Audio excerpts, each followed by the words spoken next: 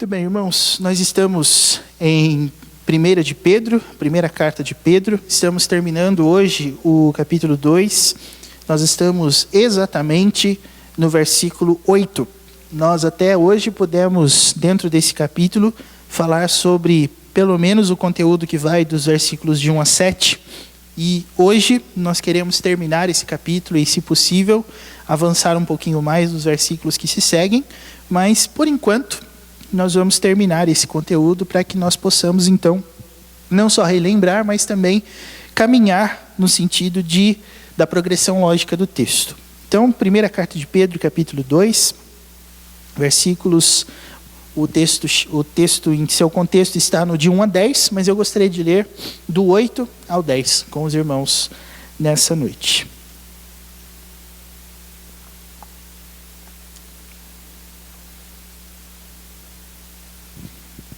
Deixe a sua Bíblia aberta em todo esse texto, mas nós vamos ler e estudar hoje especificamente os versículos de 8 a 10. Vamos ler a palavra do Senhor, irmãos?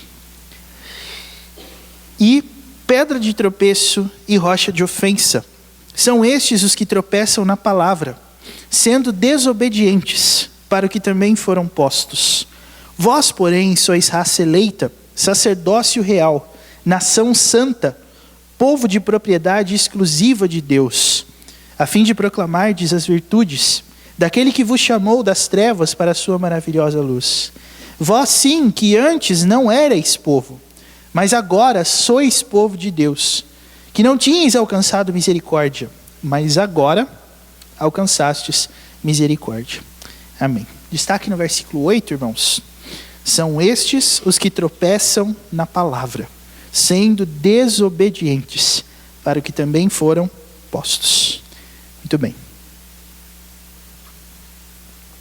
Nós estamos avançando gradativamente no estudo desse livro da Palavra do Senhor, na quarta-feira, porque ele é o livro que se segue imediatamente ao livro de Tiago, que durante os nossos primeiros meses aqui, nós conseguimos expor seus 5 capítulos, e quando nós fomos avançando, a mensagem de 1 de Pedro também é uma mensagem parecida, falada a um contexto vivencial parecido também, que era o contexto da perseguição, muito embora com algumas aplicações diferentes. Quando Tiago aborda, por exemplo, a questão da perseguição na sua carta, ele tem uma preocupação, que é a preocupação de fazer com que aqueles irmãos entendam que todo esse período de provação é um período para o aperfeiçoamento deles em vários aspectos.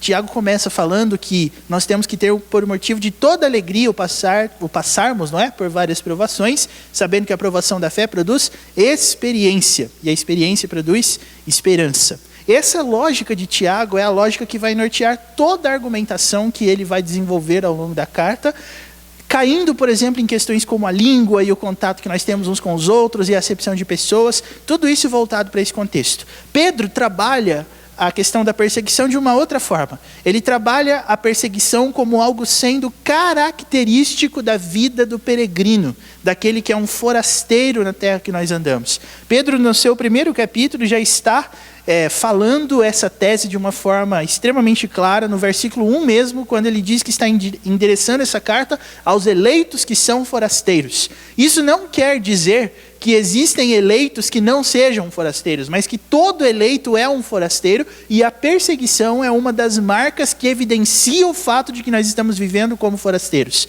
Nós estamos tocando nesse ponto porque durante todo o capítulo 1, nós temos aqui a causa pela qual nós somos forasteiros. Busca pela santidade e uma mente cingida, fechada, para todo tipo de atitude que for contrária às atitudes que a palavra de Deus nos manda ter. Nos versículos de 13 a 21, que é onde Pedro fala disso de uma forma mais clara, eu dou destaque ao versículo 14. Como nós somos filhos da obediência, então agora nós não somos mais moldados pelas paixões que nós tínhamos antes. E quando Pedro fala disso, obviamente ele está falando a eleitos. Então, se eu e você não temos as paixões de antes como de antes, usando uma redundância para realçar o sentido do texto, mas de agora, isso é um fato que nos leva a crer que, muito embora tenhamos uma vida dentro da igreja, isso não nos caracteriza como peregrinos, porque num mundo onde nós somos levados a desejar, a querer e a dar vazão a tudo aquilo que está dentro de nós, a palavra de Deus, em todos os seus mandamentos e em todos os efeitos dessa salvação, nos manda fugir dessas coisas. Esse é um primeiro ponto. No capítulo 2, nós temos aqui, ainda dentro desse assunto de ser peregrino, ser um forasteiro, nós temos agora uma outra coisa que nos faz peregrinos, que é o desejo pela palavra de Deus. É por isso que você vai ver, nos versículos de 1 a 2, Pedro fazendo um contraste. Nós nos despojamos da maledicência e nós desejamos, como crianças, o genuíno leite espiritual. E quando nós expusemos essa parte, nós fomos bem claros aqui ao dizer que esse leite espiritual não é um conteúdo básico da fé, no sentido de que nós temos que introduzir as pessoas à fé falando das doutrinas mais fáceis. Porque se você for parar para pensar, não tem nenhuma doutrina fácil. Às vezes as pessoas dizem, bom, se você vai falar de predestinação, não fale na evangelização, porque senão a pessoa vai ficar confusa. Mas espera um pouquinho aí. Que doutrina é mais fácil de entender do que essa? Tenta explicar a doutrina da Trindade, um Deus em 3 pessoas. Tenta explicar, por exemplo, que Deus criou tudo do nada. É uma afirmação que a gente crê pela fé. Mas se você não tem nenhuma matéria-prima para moldar a criação, então Deus criou tudo a partir do quê? Ex nihilo, né, expressão latina, do nada.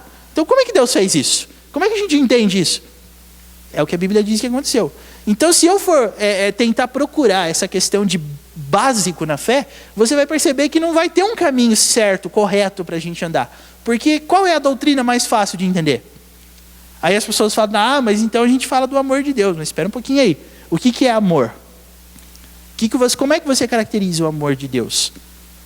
Você vai ter que concluir uma coisa necessariamente comigo. Deus amou, correto? Ou alguém duvida que Deus tenha amado? Aí você vai falar assim, quem Deus amou? E aí você pode perguntar assim, Deus amou a todas as pessoas e tal. Então me explica uma coisa, como é que algumas pessoas que Deus amou vão para o inferno? Então esse amor de Deus não é tão forte assim, porque as pessoas podem rejeitá-lo. Entendeu? Se você for querendo colocar uma pimentinha na discussão sobre a doutrina, você vai conseguir. Então, não entre por esse negócio de caminho básico. Leite espiritual, meus irmãos, é exatamente o que Pedro diz que causa o crescimento para a salvação. O que isso quer dizer? Quer dizer que há um ponto da nossa vida onde todas as coisas que o Senhor nos fala são as coisas que são o que nos alimenta dia a dia. Existe uma fase da nossa vida onde a palavra de Deus não é alimento, não é pão, não é comida e não é bebida. Mas existe um momento onde todas as coisas que Deus fala são a nossa alimentação diária, como o próprio Jesus disse, a minha comida é fazer a vontade do Pai que me enviou. Que momento é esse? Salvação. O que Pedro está falando no versículo 2 é exatamente isso. Há uma preparação da parte de Deus na vida dos eleitos, onde por um instante, a partir daquele momento, ele não consegue mais viver sem a palavra de Deus. Isso é o que nós conhecemos na teologia reformada como regeneração. Regeneração, para a maioria dos estudiosos reformados, é o momento onde Deus vai preparando o seu coração para que você possa receber a Cristo. É uma tarefa que vai demorar muito tempo, dependendo da pessoa, porque as histórias das conversões são tanto quanto interessantes. Você vai ver que tem pessoas para as quais basta apresentar o evangelho uma vez. Agora, tem pessoas que você tem que apresentar 1, 2, 3, 4, 5, 10, 20, 40, 100, 150, orar 10, 20, 30 anos pela conversão dela, falar continuamente da palavra de Deus para ela, até que haja um momento em que ela se converta. Esse momento onde ela se converteu é exatamente o momento onde Deus desperta o coração da pessoa para receber a palavra de Deus como seu alimento. E aí eu já faço um link, obviamente que hoje não é aula sobre doutrinação, e a gente está fazendo isso domingo de manhã, mas apenas veja o quanto a questão da ceia do Senhor é muito mais do que um momento onde nós compartilhamos de uma refeição juntos. A ceia do Senhor é sim comer da presença de Deus, do corpo de Cristo e do sangue de Cristo. Se a gente entender isso como a Igreja Católica entendia, no sentido literal, nós estaremos sendo inexatos para com o texto. Mas nós também estaríamos sendo inexatos se nós disséssemos que Cristo não está presente na ceia. Ele está. Nós não estamos só lembrando do que Ele fez quando nós participamos da ceia, mas nós estamos nos alimentando dEle. Aí alguém pode dizer assim, mas como assim? Aí eu vou te dizer. O que faz com que a gente queira a palavra de Deus? Você vai falar assim, a gente quer a palavra de Deus quando a gente entende que essa palavra é alimento para nós. E quando é que alguém pode entender isso? Sozinho? Como é que uma pessoa morta nos seus delitos e pecados pode aprender isso sozinha? Não pode. Então, esse é o momento onde Deus tira o véu dos olhos daquela pessoa e a partir dali ela passa a desejar esse alimento. E o que é mais interessante, meus irmãos, obviamente, como eu disse que esse versículo é um versículo dedicado para eleitos que são forasteiros, o que Pedro quer dizer com isso então? Ele quer dizer assim, quando você desejar leite, você está desejando a própria pessoa de Cristo, o objeto da sua fé.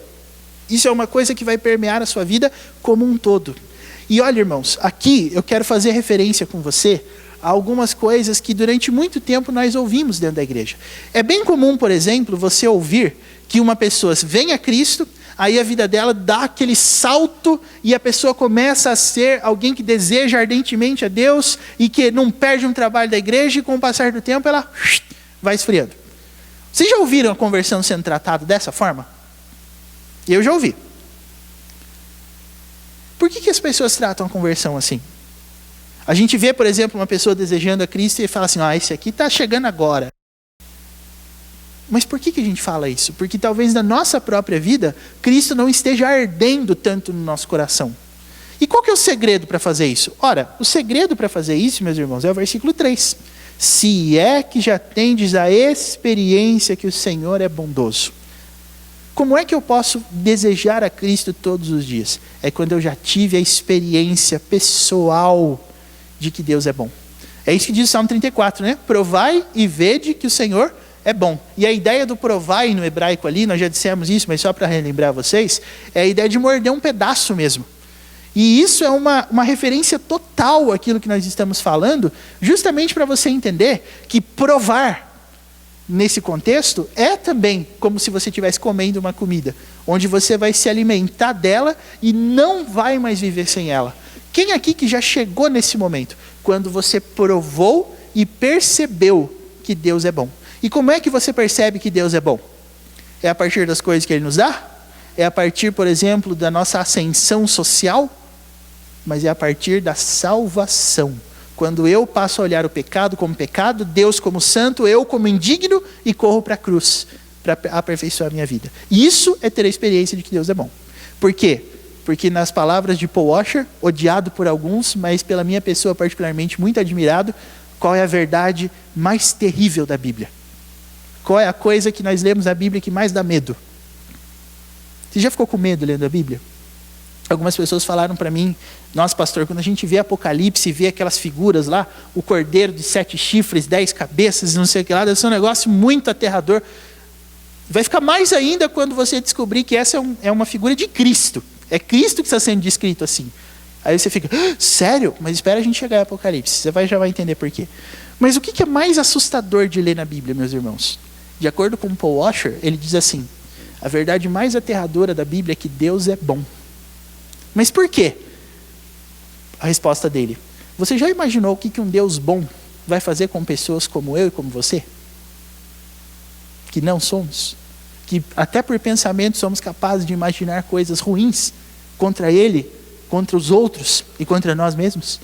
Então, quando eu me dou conta do quanto o Senhor é bom, isso é uma experiência chocante. E você vai falar assim, nossa, mas isso aí é muito estranho. Veja o exemplo de Isaías. Quando Isaías viu aquela coisa maravilhosa do trono de Deus, os serafins e tal, qual foi a reação dele?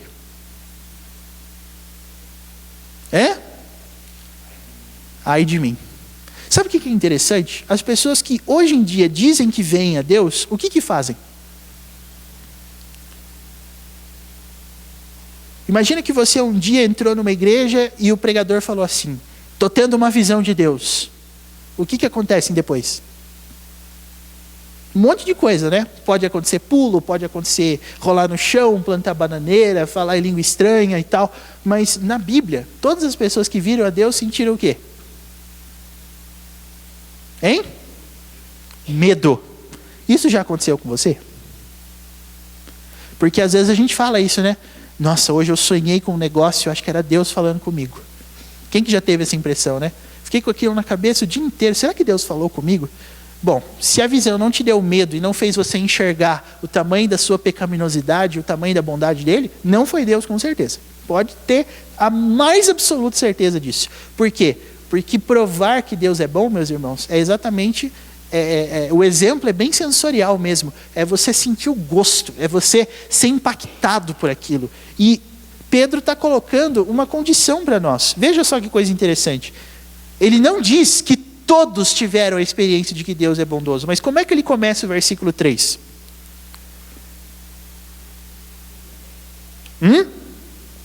Se é que já tendes a experiência de que Deus é bondoso. Agora, raciocine comigo.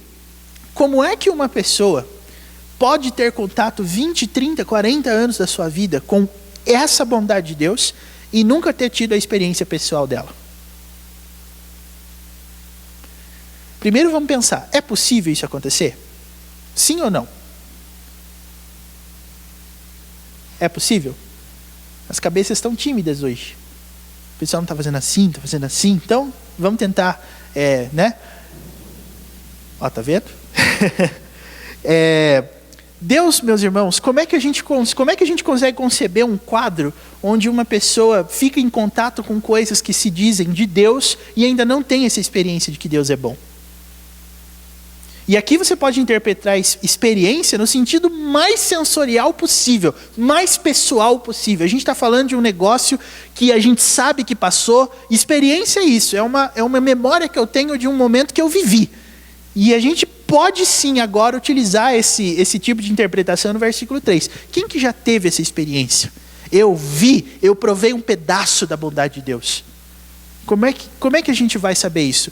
Qual foi o momento onde Deus te convenceu da sua pecaminosidade, da sua maldade, de tudo de ruim que existe no seu coração?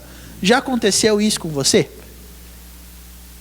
Qual foi o momento onde, sem dúvida alguma, Deus mostrou isso para você e te deu essa experiência? Aí você pode rememorar os seus arquivos antigos e pensar, vamos ver. Igreja, eu entrei em 1958, passou 3 Copas do Mundo, tetracampeonato. Não sei. Isso é preocupante, não é? Porque é exatamente por isso que nós passamos a nossa vida com Deus assim, numa descendente. Não com aquela coisa de querer esse leite espiritual todos os dias, de querer morder mais pedaço de Cristo, de Deus, mas é a gente viver uma vida pacata, tranquila. A igreja está aberta, eu entro, a igreja não está, eu não entro. Se eu tiver uma... Entendeu? É um negócio que está muito mais além disso, irmãos. Nós estamos falando aqui de uma experiência. E aí, você vai perceber uma coisa. A partir do versículo 4, até aqui, meus irmãos, é só retrospectiva. Não é o estudo propriamente dito ainda. Até aqui, você vai perceber que Pedro está apresentando para a gente essa tese. Do versículo 4 em diante, Pedro vai explicar por que algumas pessoas não vivem nessa condição de experienciar a vontade de Deus. E aí, você vai perceber que o fato principal que denota esse acontecimento é uma pedra. O versículo 4 diz, inclusive, que essa pedra é uma pedra que vive. E nós somos pedras que vivem da mesma forma, segundo o versículo 5, sendo edificados como uma construção num alicerce. Então, para colocar a coisa em termos mais claros, a pedra que vive principal, angular, é o alicerce. Eu sou a pedra que vive, que está sendo construída dentro desse alicerce, que vai gerar um edifício santo para a glória de Deus. Isso é a visão de Pedro sobre a igreja. E não é à toa, porque qual foi o apóstolo que ouviu de Jesus Cristo? Eu edificarei a minha igreja.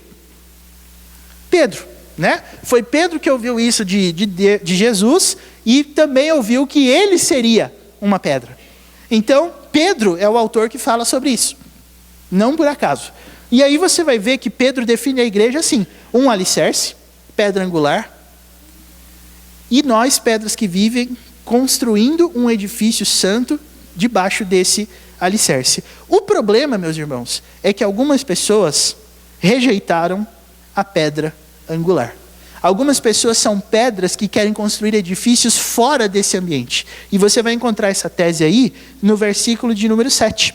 Para vós, portanto, os que credes é a preciosidade, mas para os descrentes, a pedra que os construtores rejeitaram, essa veio a ser a principal pedra angular. E aí a gente entra no assunto do versículo de hoje nosso, né? Pedra de tropeço e rocha de ofensa. Existem pessoas que rejeitam serem pedras que estão construídas sobre o alicerce que é Cristo Jesus. A pergunta é, por que as coisas têm que ser assim? Não seria mais fácil se todo mundo construísse sobre a pedra angular? E aí eu te pergunto, e é a partir daqui agora que eu quero começar a despertar a consciência de vocês, se não a falar hoje, é pelo menos pensar nisso. Por que é que existiriam pessoas que não iam construir sob a pedra angular que Jesus Cristo é e que Deus designou?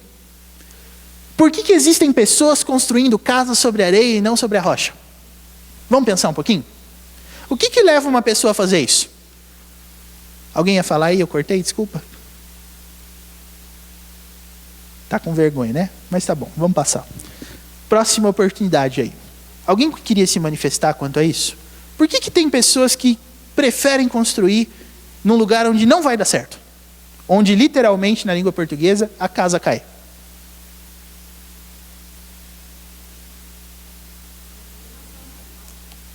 Que bela resposta. Amei. Inclinação para o mal. Isso faz com que a gente enxergue Cristo como algo não ideal. Ou talvez não necessário. Aquela ideia de que eu posso construir onde eu quiser. Vai dar certo. Né? Mais uma resposta ou essa daí já foi um golaço?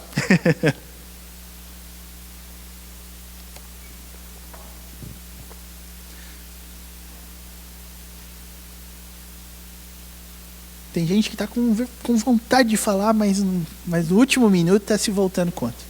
Opa! Oi?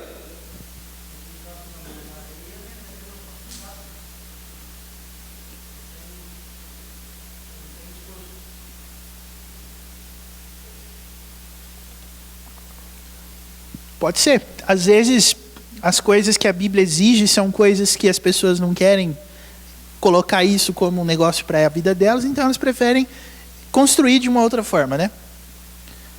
Qual outra resposta que a gente podia dar para essa pergunta? Qual pergunta? A pergunta de que existem pessoas que rejeitam a pedra angular. Por que isso existe? O que explica a existência disso?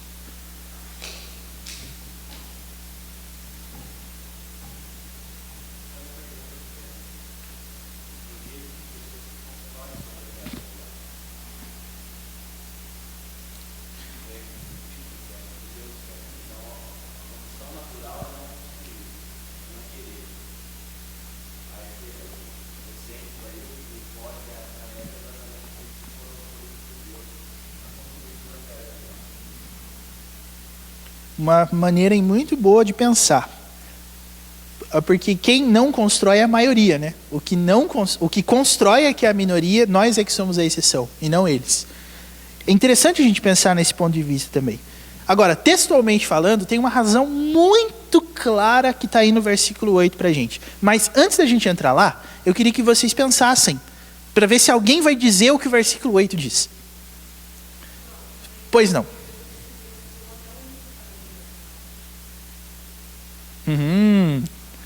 Você consegue girar um pouquinho mais a engrenagem para desenvolver mais o pensamento? Isso quer dizer o quê, então?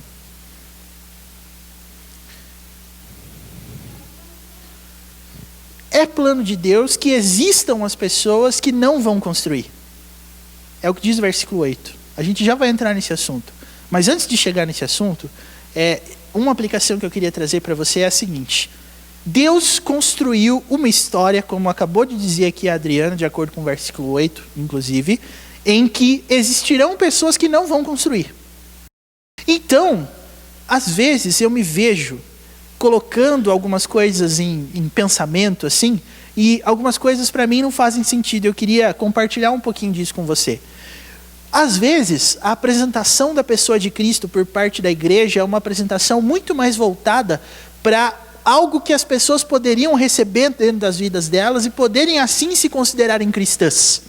Na nossa preocupação de tornar Cristo uma pessoa tão aceitável, em que qualquer pessoa poderia vir, recebê-lo e assim pensar que está construindo a sua casa debaixo, ou melhor, em cima do alicerce que é a própria pessoa dele. Esse é um costume que começou a ficar muito comum dentro da nossa abordagem. Quando nós apresentamos a Cristo, a nossa preocupação é que a pessoa aceite. Aí você fala assim, mas não é isso? Aí eu vou dizer para você, não é isso. Porque quando nós apresentamos Cristo, a nossa intenção é que as pessoas vejam.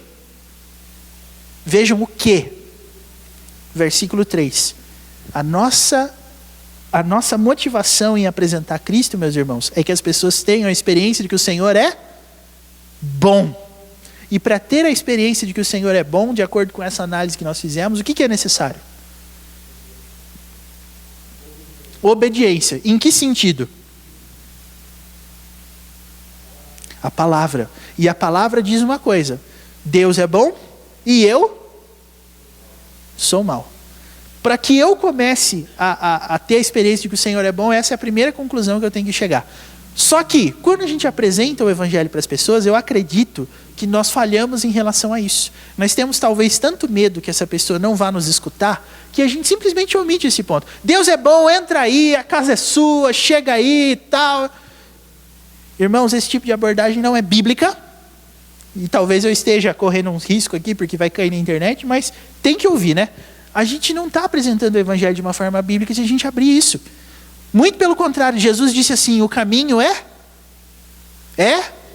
estreito, e o que mais? No mesmo versículo, Jesus diz outra coisa, o caminho é estreito e são poucos os que acertam com ele. Só que quando a gente vai apresentar o caminho estreito, é como se a gente tivesse aquele poder, por exemplo, imagine que o caminho estreito tem esse comprimento aqui. Todos nós poderíamos passar tranquilamente porque a gente cabe dentro desse espaço aqui. Mas vamos imaginar que apareça alguém que não caiba. Aí nós temos que fazer assim, afastar, ir afastando para que aquela pessoa se enfie dentro do caminho e passe.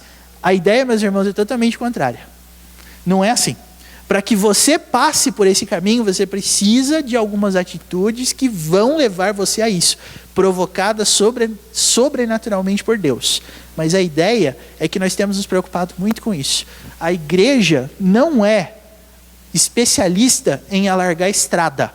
A igreja ensina às pessoas o que vem pela frente. Por quê? Porque nós confiamos que a obra da salvação é uma obra soberana de Deus, ele salva quem ele quiser. E se ele salvar, ele vai colocar a pessoa lá dentro.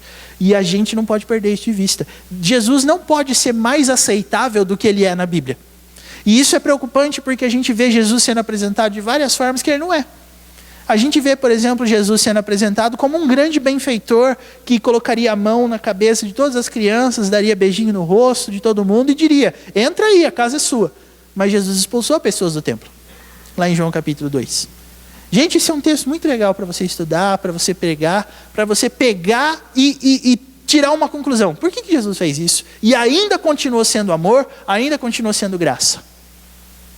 Você tem uma resposta para essa pergunta? Talvez não hoje, mas pense. Nem isso, nem ali, Jesus deixou de ser amor, de ser graça, quando ele mandou a gente para fora do templo. Você já imaginou o que vai acontecer se eu um dia disser que tal pessoa não é digna de estar aqui com a gente e fazer o que Jesus fez, mandar ela para fora? É interessante, não é? A gente pensar nisso. Mas é exatamente esse o ponto que eu queria trazer para vocês. Versículo 8, aliás, desculpa, mais alguém quer falar sobre isso?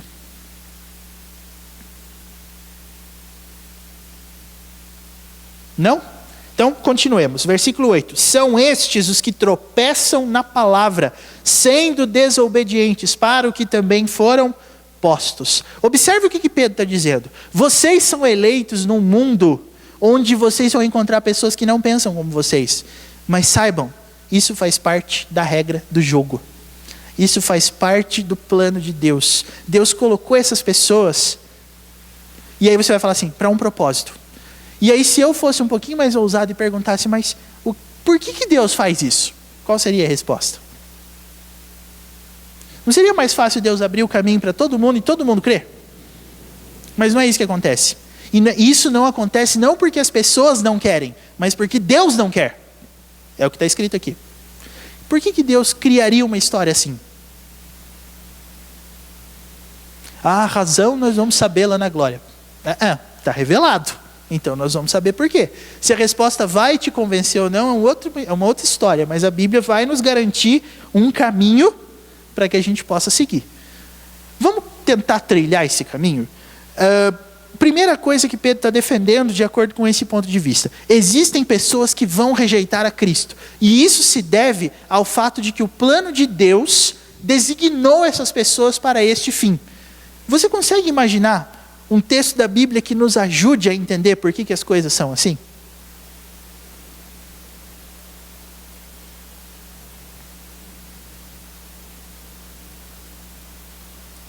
Ou será que na sua Bíblia não diz isso?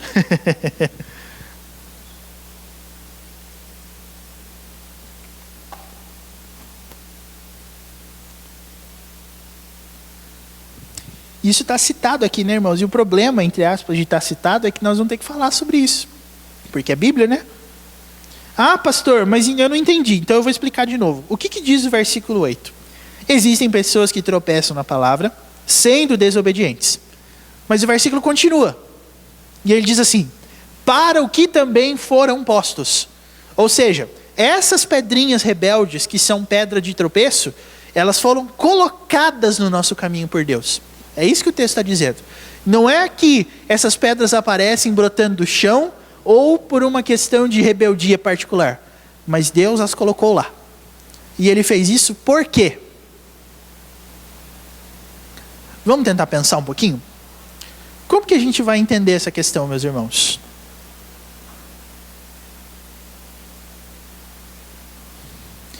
É aquela pessoa que entra em contato com essa doutrina pela primeira vez e fala assim: mas por que Deus não salva todo mundo? Eu podia responder, porque Ele não quer. Mas eu quero dar uma resposta mais consistente em relação a isso para você. E essa resposta é bíblica. Vamos tentar seguir um pouquinho por aqui? Por onde a gente começa, meus irmãos?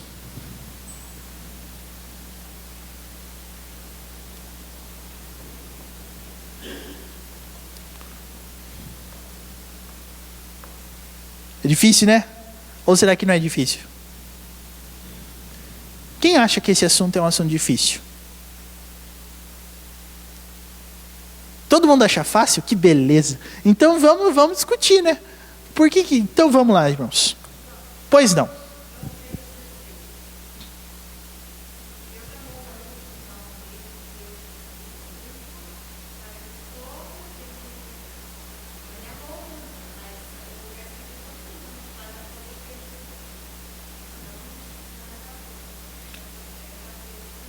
É para aqueles que creram.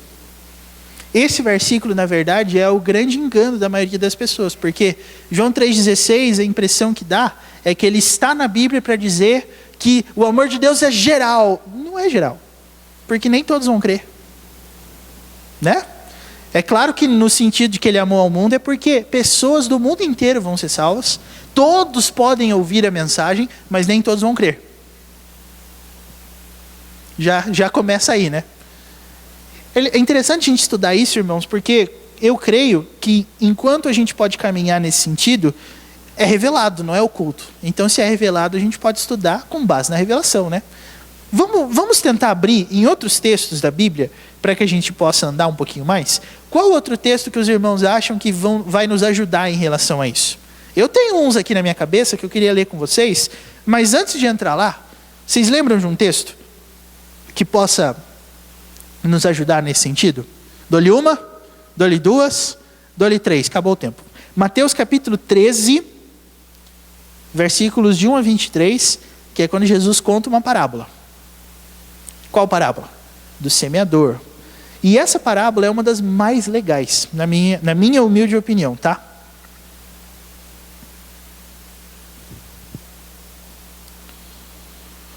Muito bem. Alguém aqui nunca ouviu falar da parábola do semeador?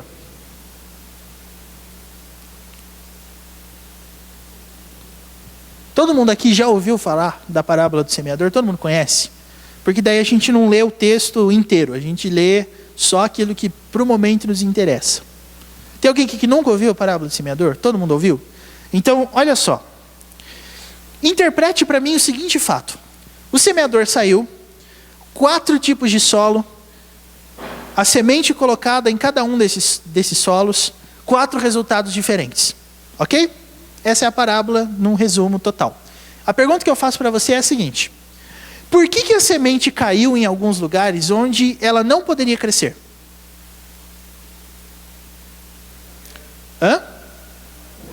A terra não era fértil. Perfeito. Agora, minha pergunta é a seguinte. Quando a semente caiu lá, naquela terra onde ela não poderia crescer, ela foi posta pelo semeador lá? Ou foi um acidente de percurso onde ele estava passando por ali e caiu uma sementinha lá da bolsinha dele? Olha o que está sendo dito aqui. A semente é posta em lugares onde ela não pode crescer intencionalmente por parte do semeador. É isso que você disse, né? Alguém que discorda dessa visão?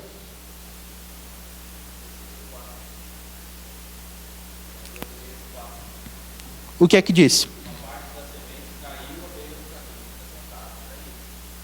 Caiu. Vamos fazer uma briga aqui agora? Esse argumento textual muda a sua visão? Não muda? Então, como que você explica o versículo 4? Eu vou ajudar você, se você não conseguir.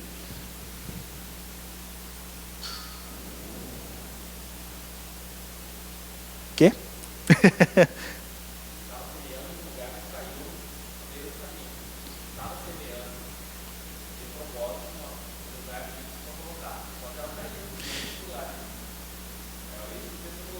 Certo.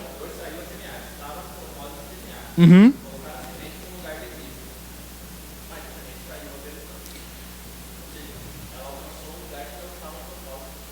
Alcançar.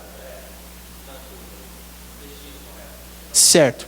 Então agora deixa eu trabalhar com você em cima dessa visão. Jesus explica essa parábola nos versículos de 10 a 23, o que nos poupa um enorme trabalho para a gente saber que elemento é o quê. A gente entende que a semente é a palavra de Deus, porque Jesus disse, correto? Se o semeador não queria que a semente caísse lá, na beira do caminho, no solo espinhoso e papapá, se a gente fosse aplicar isso em termos de evangelização, a gente teria que concluir necessariamente o quê? Que às vezes a gente prega o evangelho onde não precisa? Sim? E como é que eu sei onde precisa? Então a semeadura é uma tarefa tipo assim, jogar semente. Essa é a minha dificuldade com essa interpretação. E, Paulo, a questão de discordar é um negócio que enriquece um pouco o debate. Eu sou adepto, claro, na minha visão é claro, que o semeador, quando a semente caiu lá onde ela caiu exatamente porque era ali que tinha que colocar. Por quê? 2 razões que eu vou dar para você. Em todos os versículos está escrito, uma parte caiu, uma parte caiu, uma parte caiu, uma parte caiu. Então, por esse argumento textual, fica um pouco difícil a gente saber em qual desses 4 terrenos o semeador queria mesmo semear. Porque nos 4 terrenos está escrito que a parte caiu. Esse é um argumento que eu uso. O segundo argumento é, quando o semeador saiu, ele saiu para quê? Versículo 3. Eis que o semeador saiu a semear. Correto? E o versículo 4 tem uma expressãozinha nele que me ajuda, pelo menos no meu ponto de vista, é uma prova cabal de que o semeador queria que aquela semente caísse lá, que é exatamente o fato de estar escrito assim. E, ao semear, uma parte caiu. Pois não.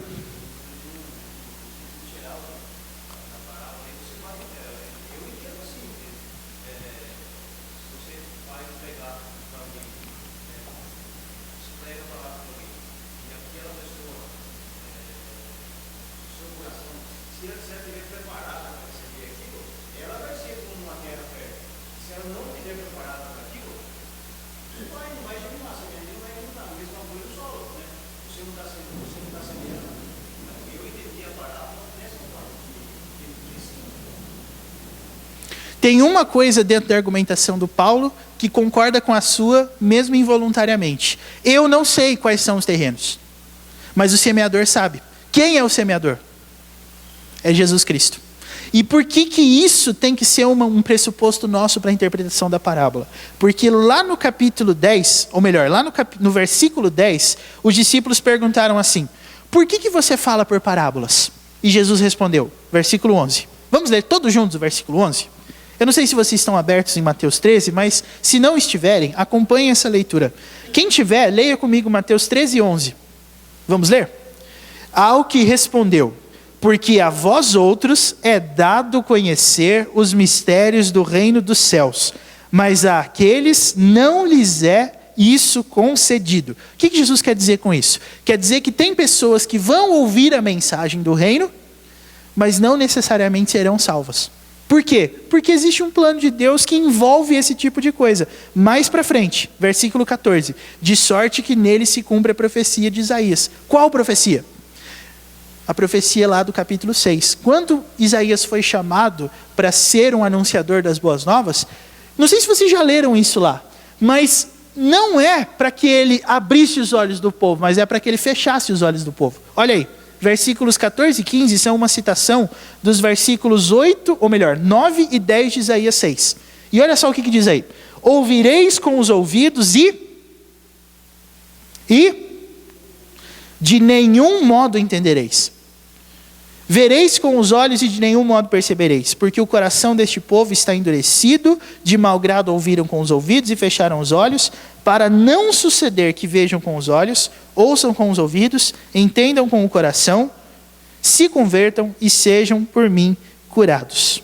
Então, nessa visão, o que é a pregação do evangelho? É uma semeadura onde nós não temos controle de que tipo de solo está em que lugar, mas nós semeamos, mesmo onde não vai cair, porque é plano de Deus que todos ouçam a mensagem, mas que alguns não creiam. Esse é o entendimento da parábola do semeador, no meu ponto de vista. E para corroborar essa tese, vem a próxima parábola, que é a parábola do joio e do trigo. Qual é a característica principal do joio e do trigo na parábola? Eles são parecidos.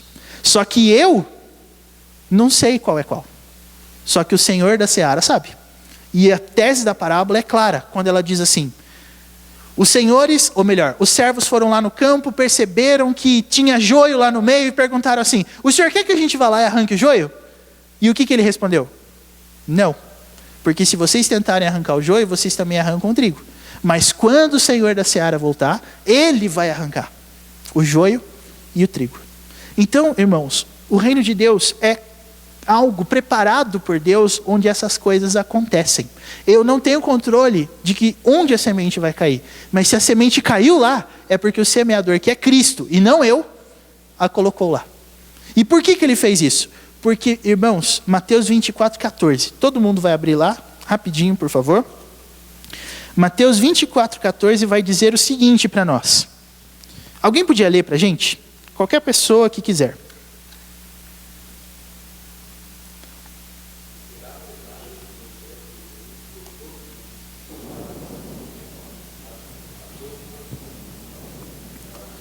O que esse versículo nos diz?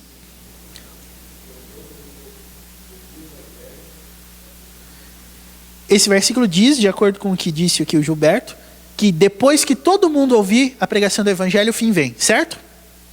Não é bem isso. Sabe por que não? Porque o versículo está colocando para nós uma certeza. Qual certeza? Que o evangelho do reino será pregado. Entendeu? Então, o que está sendo dito em Mateus 24, 14 é a seguinte: não existe alguém que vai morrer sem ter ouvido o evangelho de alguma forma. E sabe, irmãos, isso é maravilhoso, porque você já imaginou se as missões dependessem da gente?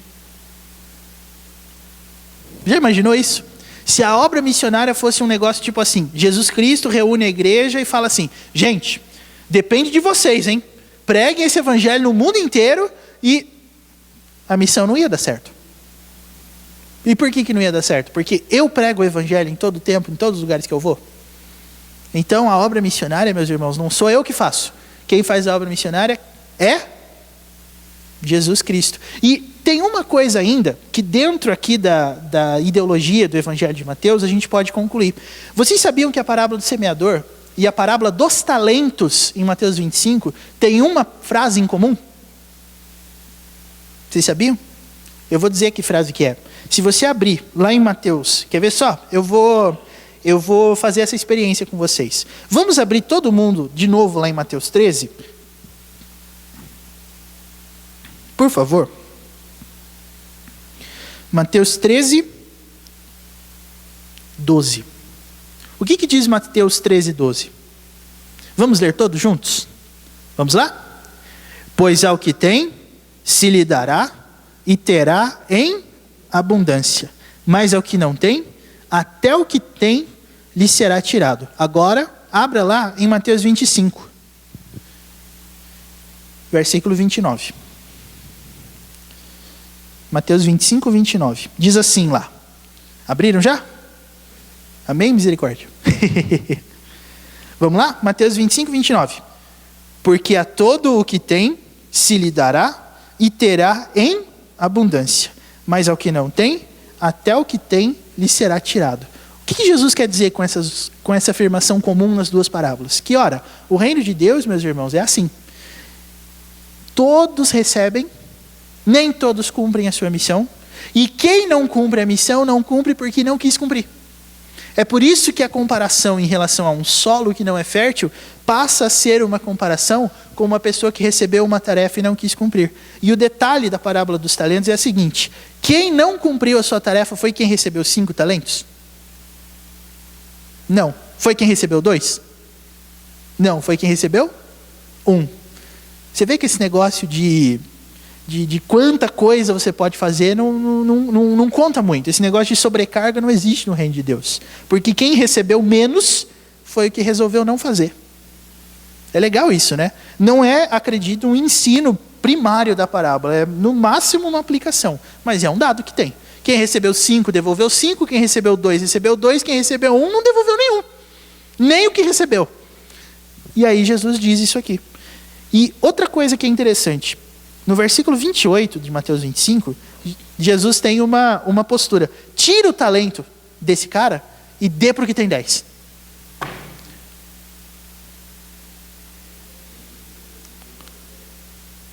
Oi? 5, outros 5, né? Dobrou aí a questão dos talentos. Obrigado por me lembrar. Tudo isso, meus irmãos, está sendo citado por quê? Porque quando Jesus conta para nós a história da pregação do Evangelho do Reino de Deus por meio dessas parábolas, ele está designando uma história onde existirão pessoas que não creem.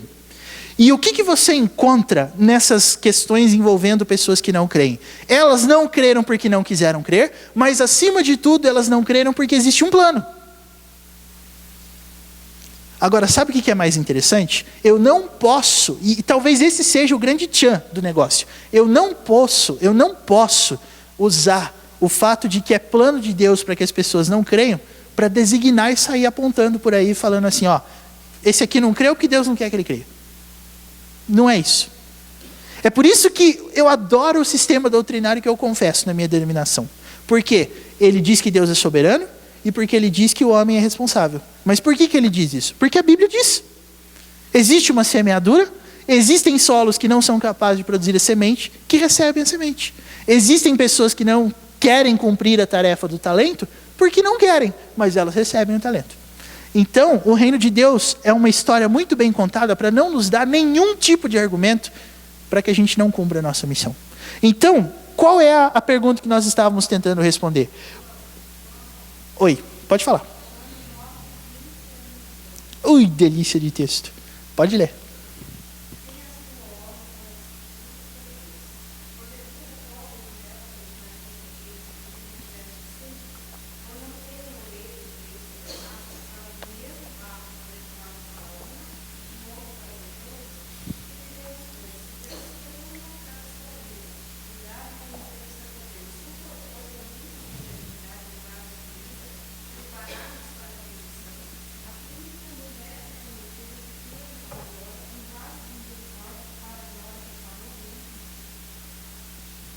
Esse versículo, Adriana, já que você leu, eu vou tentar fazer um estudo bíblico sobre ele bem rapidinho. Esses versículos dizem que, dentre os elementos escritos no texto, qual é o que nós somos? Hã? Sim, só que aí tem um negócio de oleiro, de barro, de vaso, né? O que nós somos? Não, barro. Essa que é a questão. Quem é o oleiro? É Deus. E Ele é que faz o vaso. Nós somos o barro.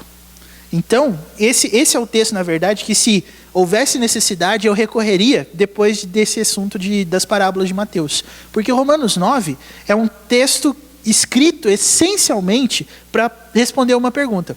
Deus escolheu um povo, o povo de Israel. Alguns dentre Israel não creram, então Deus falhou? Essa é a pergunta que Paulo está respondendo lá. E aí ele responde, não falhou, sabe por quê? Porque, versículo 6, nem todos os de Israel são de fato israelitas. Não é o fato de você ter nascido no meio de uma nacionalidade que faz de você um escolhido. E aí você vai falar assim, mas então Deus devia salvar todo mundo? Não, porque Ele é o vaso. Ou melhor, Ele é o oleiro e nós somos o barro. Ele faz o que Ele quiser com a criação dele. E Ele escolheu vasos de ira e vasos de desonra para quê? O versículo que você leu deixou muito claro. Para Ele demonstrar a sua ira. E acabou. É assim que a Bíblia trata esse assunto. A pergunta que nós estávamos tentando resolver, portanto, era a seguinte: Deus inventou isso? É ideia de Deus? É. Por que é a ideia de Deus? Porque Ele quer mostrar algumas coisas sobre Ele mesmo. E Ele faz isso assim. Existem os escolhidos e os que não são escolhidos, existem os vasos de honra e os vasos de desonra, e todas as coisas são feitas dessa forma. Eu não sabia que eu era um vaso de honra até o dia em que eu fui convertido. Eu não nasci sabendo que no dia tal de tal ano eu ia receber a Cristo. Então, muita gente às vezes quer ter aqueles argumentos do fundo do bolso para tentar surpreender a gente, falando assim, então eu não preciso pregar para ninguém porque Deus já tem os escolhidos. Espera aí, meu. A Bíblia diz que o homem vem e recebe a fé pelo ouvir. A minha responsabilidade, quando eu falo do Evangelho, é anunciar as riquezas de Deus. E é aí que você vai demonstrar com todo o seu coração se você crê mesmo nessa palavra. Quando você contar o Evangelho, você vai contar o Evangelho exatamente assim? Irmãos, aí você começa a perceber que evangelização é um negócio totalmente diferente do que a gente está acostumado. Evangelização não é um quadro que se abre assim, pá, e aí tem lá 30 folhetos distribuídos, 20 visitas, 10 conversões. Quem é o dono da salvação? A gente lê um texto de Isaías que fala assim, eu anunciei salvação. Então, tudo isso, meus irmãos, se completa nessa história. Existem as pessoas que rejeitam o Evangelho, mas isso é plano de Deus para Deus mesmo demonstrar a sua ira, para Deus demonstrar a sua justiça, para Deus demonstrar a sua soberania. Ele é o oleiro e nós somos o barro, Ele faz Ele faz o que Ele quiser, né? Você viu o que um versículo da Bíblia fez a gente fazer hoje no estudo bíblico? Eu só falei de um versículo, ainda tem outros 2. Se vocês tiverem paciência, a gente fala dos outros 2 de Pedro ainda, hoje. Pois não.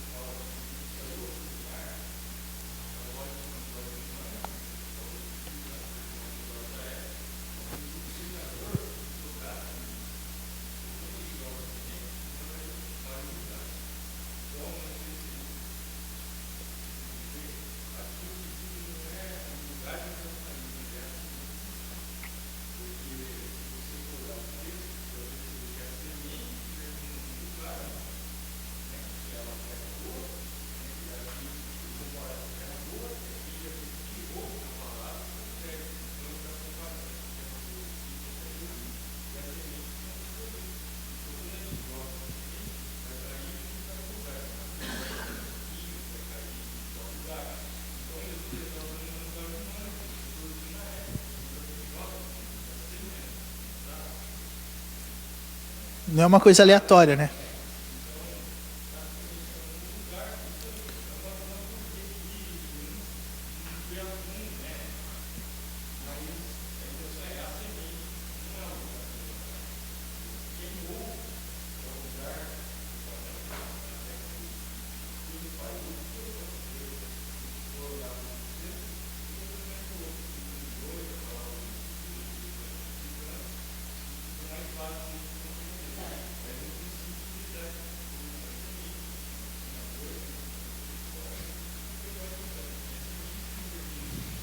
Perfeitamente. E isso que você falou, Alex, me fez lembrar de uma das coisas mais legais da parábola do semeador, que é uma das coisas que eu mais gosto de ensinar.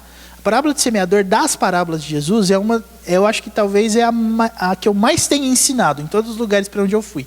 E uma das coisas legais da parábola do semeador é a seguinte: em qual das terras houve conversão? Na boa terra, né? Mas você percebeu que existem sementes que nasceram, cresceram, mas vieram a morrer? Teve salvação ali? Não teve.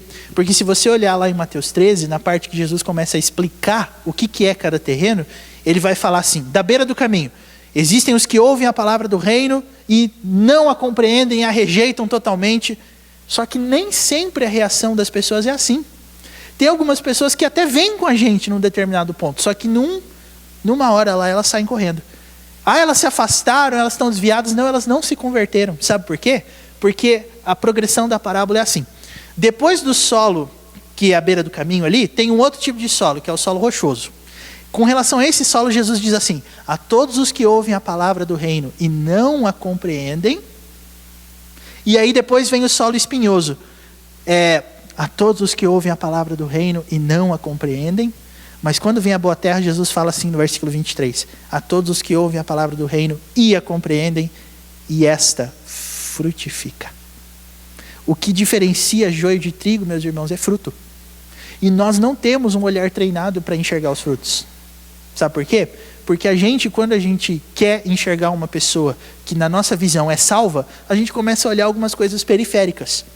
Do tipo, a pessoa vem na igreja ou não, a pessoa dizima ou não, a pessoa grita aleluia ou não, a pessoa ajuda as crianças na EBF, nos acampamentos ou não, a pessoa está ali ou não. Mas com relação a fruto, meus irmãos, quando a palavra de Deus fala de fruto, a coisa mais impressionante é que não é nem o tipo de pessoas que ela traz em si. Fruto ali também não é fruto de evangelização. Não é quantas pessoas ela traz a Cristo. Porque a gente não está acabando de defender que a salvação é uma iniciativa divina. Então não pode ser. Sabe de que fruto nós estamos falando? Santificação. Esses frutos são os frutos que Deus faz florescer nos seus filhos. É disso que Pedro está falando. A gente vê quem construiu a casa em cima do alicerce a partir do desejo por Deus, a partir da iniciativa de desejar a Cristo como criança deseja o leite.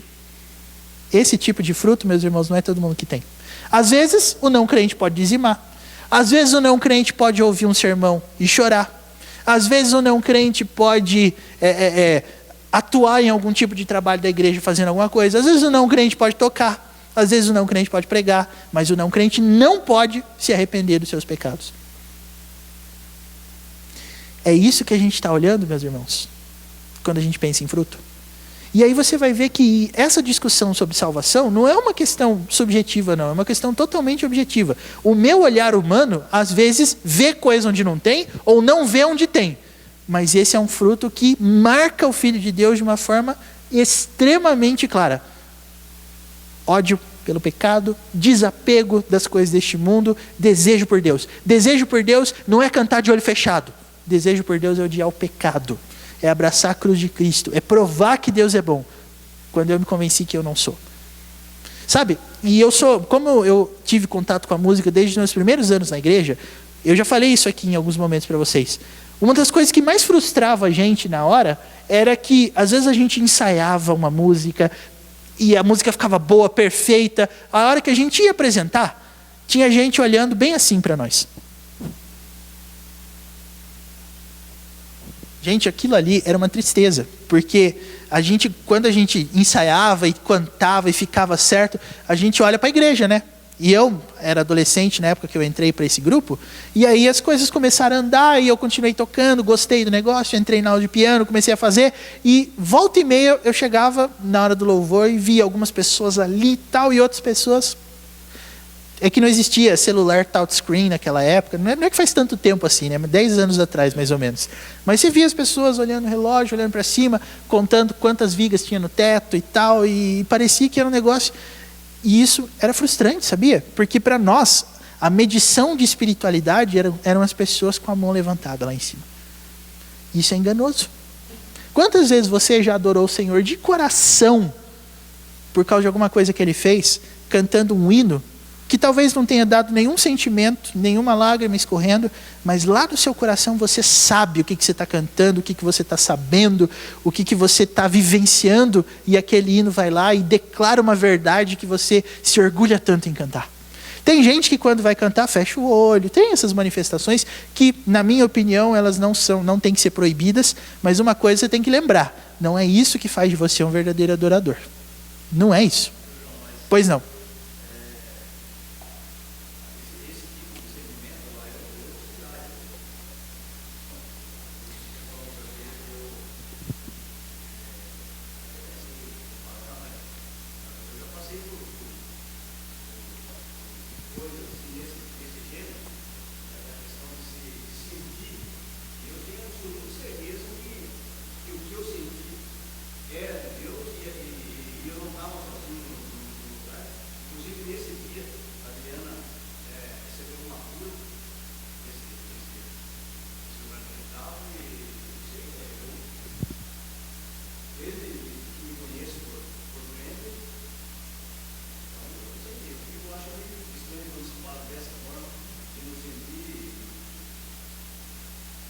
Não, o que eu disse, na verdade, é que isso não é critério.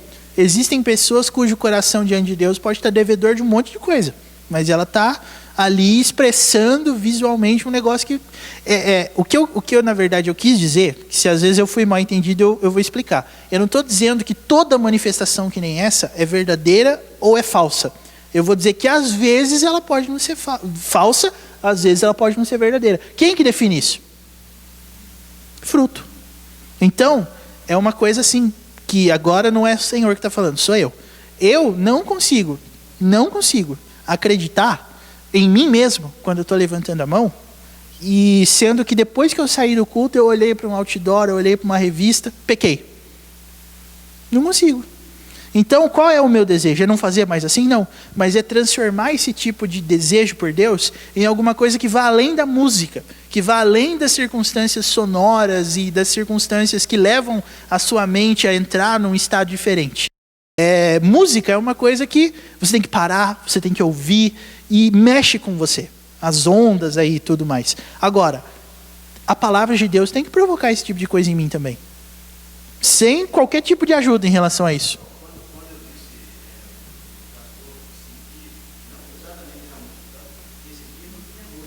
Não, perfeito. Perfeito. Eu não duvido. Eu ia duvidar se você falasse assim, e eu vi os arcanjos subindo, descendo, cobrando pedágio das pessoas. Isso aí eu desconfio.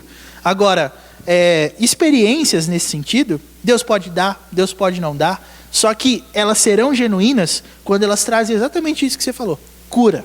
Cura do quê? Desse mal que habita dentro de mim, chamado pecado. Aí, pode ser o que for, é verdadeiro. É orientação da palavra de Deus pra gente. Nosso coração é enganoso. Falando de música ainda, né? Tem músicas que geralmente a gente gosta mais. Tem hino, por exemplo, que quando a gente tem a oportunidade de escolher, em alguma reunião, algum culto, a gente escolhe, porque a gente gosta dele. Só que ao mesmo tempo, quando eu canto um hino que eu não gosto, eu fico ali assim, enquanto as outras pessoas estão... Então eu posso falar assim, essas pessoas não estão adorando a Deus. É esse tipo de discussão que eu quero não ter.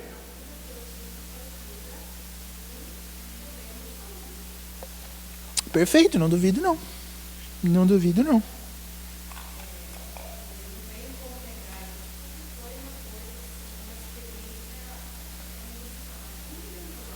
Uhum.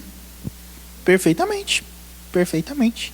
Eu não entro assim nesse aspecto, a não ser que seja uma coisa frontalmente contra a Bíblia. Mas, Deus me curou. Deus cura, gente.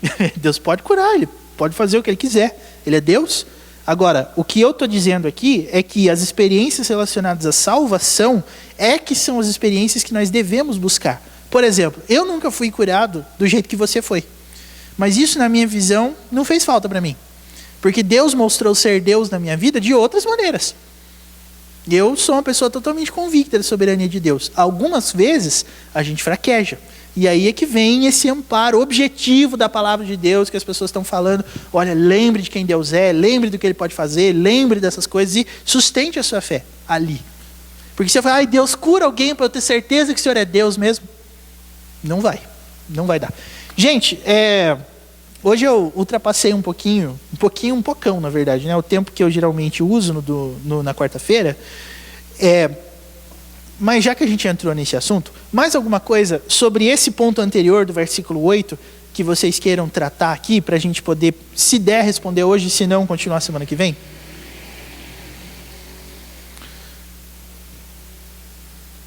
Eu não vou perguntar para o Paulo se ele mudou de ideia, mas o debate foi totalmente rico, na minha opinião.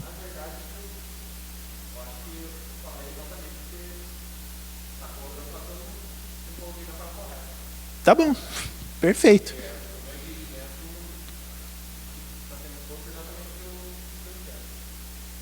Ok, continuamos amigos, então. Tá ótimo. Mais alguma coisa sobre isso, gente? Pastor, não concordo muito com esse negócio de Deus não salvar todo mundo. Bíblia, gente. Bíblia, tá? Isso aí não é uma questão que compete a mim explicar. É o que a Bíblia diz. Só estou sendo um pregador. Mais alguma pergunta sobre isso? Última chance. Comente.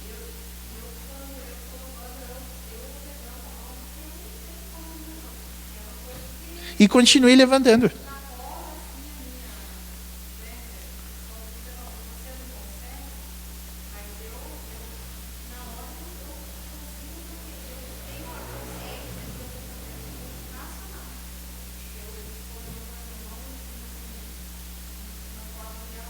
Uhum. Claro. Qualquer coisa, se passar disso, a gente vai ter uma lenha acumulada aí pra gente queimar herege, né? Mas não tem problema.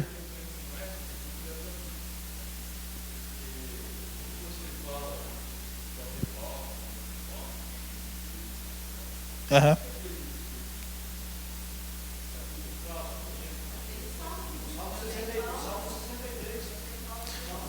Pode bater bateria, não pode?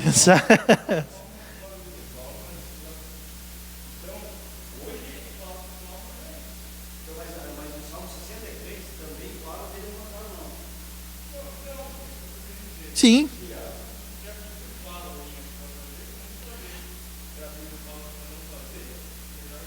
Sim.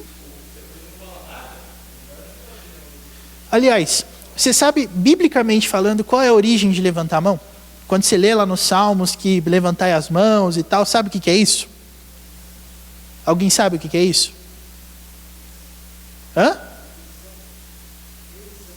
Rendição? Eu acho que isso é um conceito mais ocidental, na minha interpretação.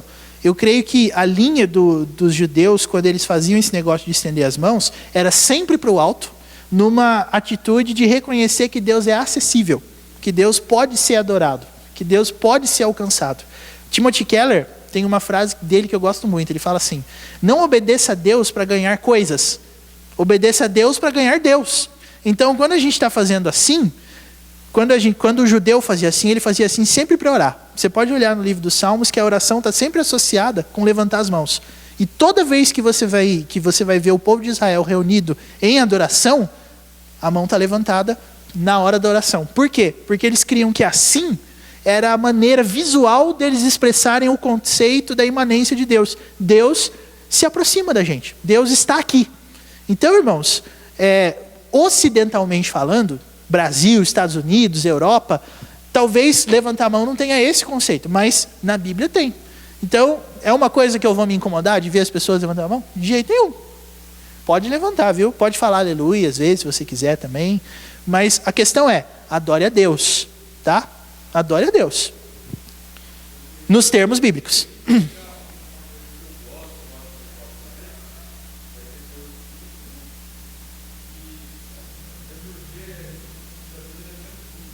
Claro.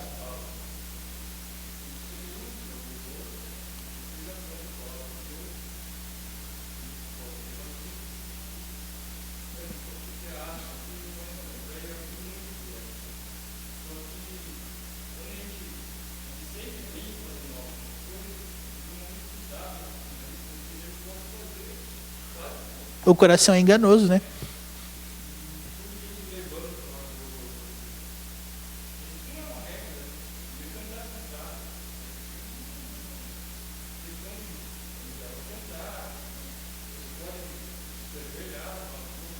Uhum.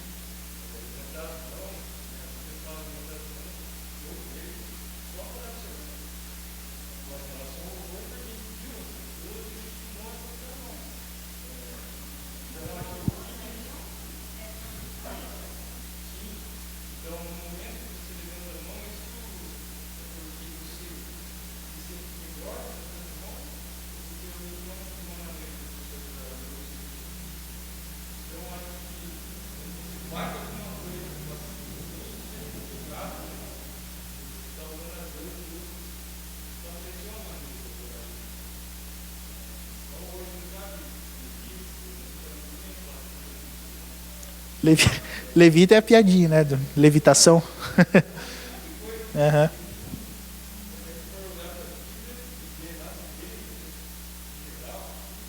Claro.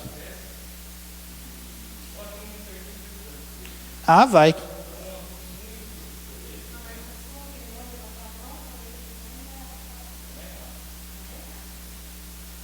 Opa.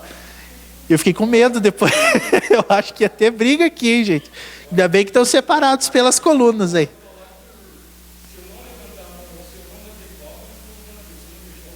Ah, é, claro.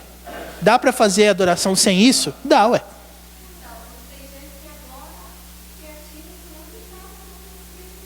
Quem sabe é Deus, né? Deus é que sabe. Perfeito. Abrimos um leque aqui, irmãos, que foi interessante porque vai chegar a hora de estudar isso, vocês vão ter uma orientação bíblica na medida da nossa possibilidade aqui. Agora, voltando para o texto, hoje eu vou terminar depois do meu horário, se você está estranhando, mas é que às vezes acontece, às vezes, tá? Vocês me perdoem por hoje eu passar um pouquinho do horário padrão. Mas só para a gente não sair daqui com as coisas incompletas. Veja que o contraste do versículo 8 com o versículo 9 lá de 1 Pedro tem uma questão muito interessante. Ele fala que alguns foram postos para ser pedra de tropeço, a gente explorou isso, eu acredito que ficou claro. O versículo 9 tem um porém. E esse porém se aplica exatamente em quê? É em você, que é filho de Deus, saber qual é o seu papel, saber qual é o tipo de pedra que você é. E a convicção da salvação é um presente que Deus está nos dando para exatamente nós não cairmos no erro de dizer assim, bom, pode ser que eu não seja salvo, então eu não vou me comportar como salvo. Não é isso, irmãos. O versículo 9 tem uma afirmação. Vocês são raça eleita, sacerdócio real, nação santa, povo de propriedade exclusiva de Deus. Vocês são.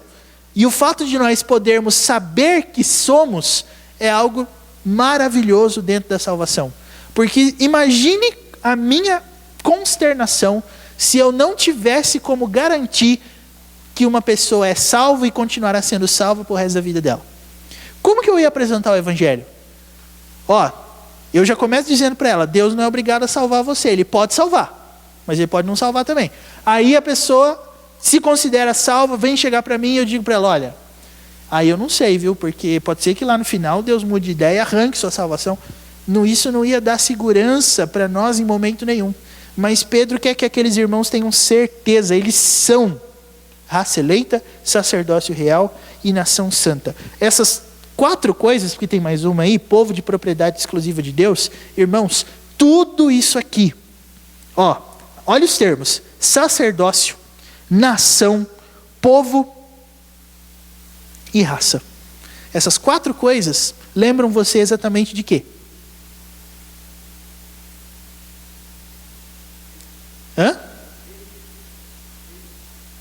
Lembram você, sabe de quê?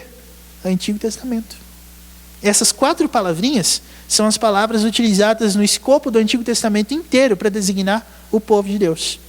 E ele está dizendo, nós não somos israelitas. Versículo 10. Vocês antes não eram povo, agora vocês são. Porque a obra da salvação alcançou o coração de vocês e produziu no coração de vocês os frutos da salvação. Esses frutos são universais, não importa onde você tenha nascido. Você vai ser uma raça eleita, um sacerdócio real, uma nação santa e um povo de propriedade exclusiva de Deus manifestando esses frutos. É assim que a gente tem certeza da nossa salvação. E aí, irmãos, vocês vão perceber uma coisa também. Ser uma raça eleita, um sacerdócio real, uma nação santa, um povo de propriedade exclusiva de Deus, quer dizer o quê?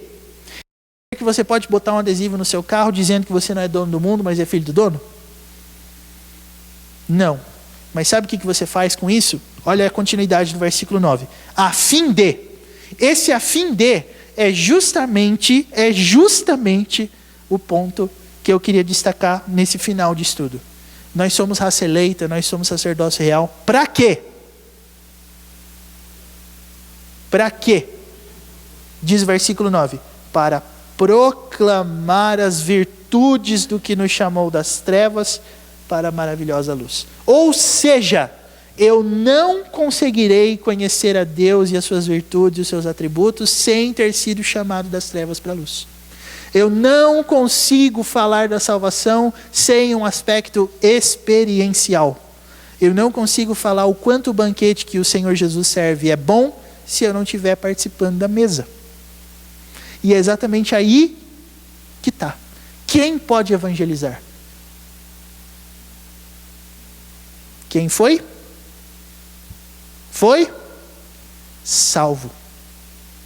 Olha, e aqui eu faço uma referência ao fato de que eu cresci na escola dominical, assim como boa parte de vocês. Tem uma música que a gente cantava quando a gente era criança que é assim: se é salvo e tem certeza, bate palma, diz amém, bate o pé. Se fosse tão fácil assim, seria uma coisa muito interessante, né? Gente, quem é salvo aí? Se tem certeza, bate palma. Aê, todo mundo bate palma. A questão de ter certeza da salvação não deve ser levada de forma negligenciosa por nós, meus irmãos, de jeito nenhum. Porque ter certeza da salvação significa que quando eu tiver que falar sobre a salvação, eu sei o que eu vou falar. Eu vou falar das virtudes, dos atributos desse Deus que é soberano, que é justo, que é santo. Por quê? Não só porque eu li e aprendi isso, mas porque um dia eu experimentei isso, quando eu fui salvo. Irmãos, a questão da salvação é uma questão que pelo menos 3 atributos de Deus eu experimentei: justiça, santidade e soberania.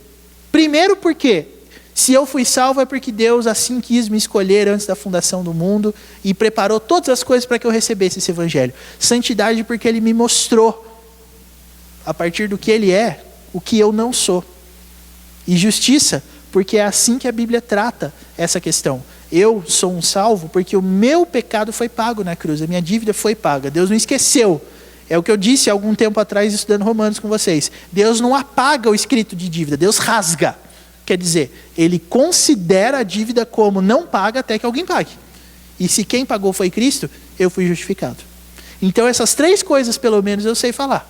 Deus é santo, Deus é soberano e Deus é justo. Por quê? Porque eu fui salvo. Se eu não for salvo, eu posso falar que Deus é soberano? Você pode porque a Bíblia diz, mas cadê a experiência? Porque é exatamente assim que é vinculada essa questão de identidade com a questão do propósito. Identidade e propósito na Bíblia, em relação a isso, são 2 coisas iguais.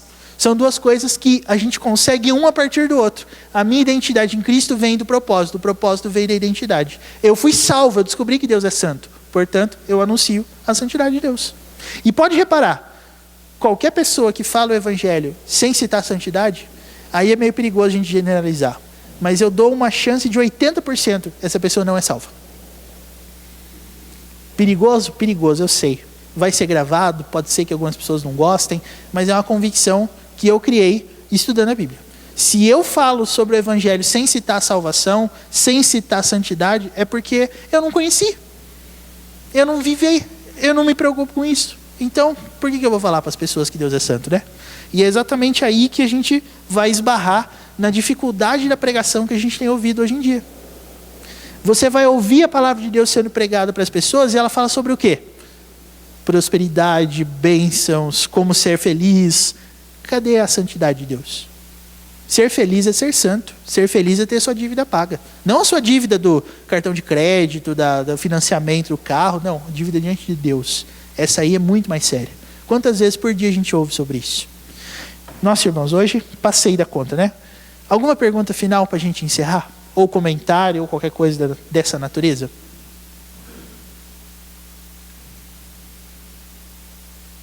A gente falou muita coisa hoje, né? Mas o resumo é justamente esse. Nós somos povo hoje, versículo 10, porque a gente não tinha alcançado misericórdia. Hoje eu alcancei. Então, eu posso ter certeza disso, porque eu experimentei, eu vi a santidade de Deus.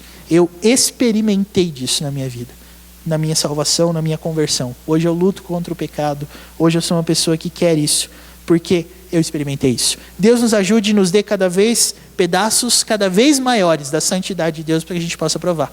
Amém. Vamos nos colocar de pé, meus irmãos?